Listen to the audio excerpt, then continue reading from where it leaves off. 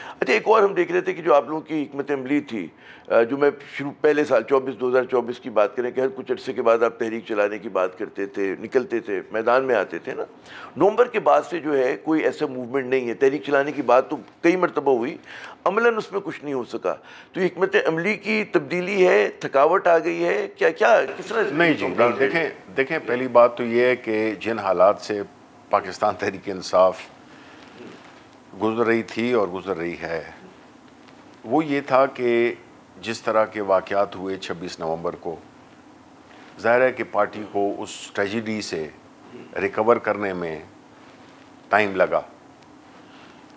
सैकड़ों क्या हज़ारों लोग हमारे गिरफ्तार हुए, कुछ लोग शहीद हुए। उसके बाद हमने ये तो हमें पता चल गया कि ये बात अब कोई इसमें, जैसे कहते हैं ना अंग्रेज़ी में, नो होल्ड्स बार्ड, ठीक है ना, कि मतलब है कि किसी भी हद तक जा सकते हैं। और हमारी तो देखें, हमारी बड़ी पुरअमन और बड़ी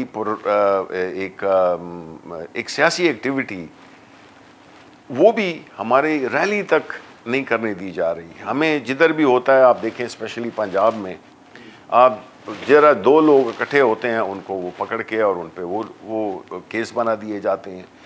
हज़ारों, देखिए पाकिस्तान की तारीख में कभी भी इतनी ज़्यादा तादाद हज़ारों में जो कि जिन पे FIRs हैं, मुझ पे ख़ुद 30 से ज़्यादा FIRs हैं सीरियस किस्म की। इसी तरह और जितनी भी लीडरशिप है, हो ना हो, वो आप पे मुकदमा बना लेते हैं। 2 दर्जन से कम तो नहीं है। You don't have to be there too कि आपको वो बस चूंकि नाम है आपका तो उसमें आप पे केस बना दिए। कोर्ट्स में भाग रहे हैं, इधर से उधर जा रहे हैं, मुख्तलिफ शहरों में। एक वक्त में अगर मैं इधर भी हूँ तो मैं उधर मुझे मौजूद किया गया है, फैसलाबाद में भी, वो पिंडी में भी। ये देखें, ये सारी केसेस पॉलिटिकल केसेस हैं। और खान साहब के स्पेशली, उन पे तो 100%, उन पे 300 मुकदमात। तो ऐसा माहौल, इससे तो यही होगा कि ये एक तनाव रहेगा जो कि मुल्क के मफाद में नहीं है। और इसमें जो भी फैसला करने वाले लोग हैं वो यही इसको मुल्क की वो देखें, क्योंकि देखें मुल्क IMF के लोन्स पे नहीं चल सकता। वो हमने देखा है कि 22-23 दफ़ा हम लोन्स ले चुके हैं।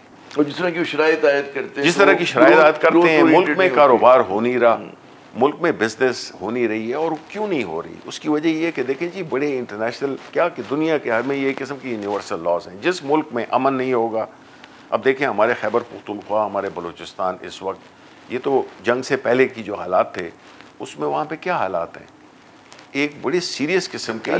जब में आपने गवर्नमेंट ने खुद बंद किया हुआ है, सुबह शाम 6 बजे से लेकर सुबह 6 बजे तक ट्रैफिक नहीं होगी। खैबर पख्तूनख्वा में दहशतगर्दी हो रही है। सिंध में जो है तो ये नहरों का किस्सा शुरू हो गया था, उनके अपने इशूज़ थे। तो मतलब है कि पंजाब में किसान वगैरह सारे, तो कोई भी ऐसा मुल्क जिसमें कि सियासी अदम इस्तेहकाम ना हो, और उससे बड़ा चीज़ रूल ऑफ लॉ, कानून की हुक्मरानी नहीं होगी, उस मुल्क में लोग इन्वेस्ट नहीं करते। ठीक है, वो कहते हैं कि मैक्रो इकोनॉमिक नंबर कुछ बेहतर हुए हैं, लेकिन डिस्पाइट दैट देखें, हाँ देखें, नहीं देखें, बंदर ये वही वाली बात है कि जो है तो जी मरीज़ ने आंखें खोल ली हैं। अब सिर्फ ये काफ़ी नहीं है। अब अगर मुल्क कैसे पॉपुलेशन आपकी बढ़ती है, आपकी मुल्क की, अब देखिए इस जंग के बाद आपके दिफाई अखराजात नेचुरली बढ़ेंगे, क्योंकि एक आपने ऐसा दुश्मन रखा हुआ है, साथ में है, जो कि किसी सूरत में नहीं चाहता कि आप आराम से बैठें या आपकी इकोनॉमी ब्लीड करे।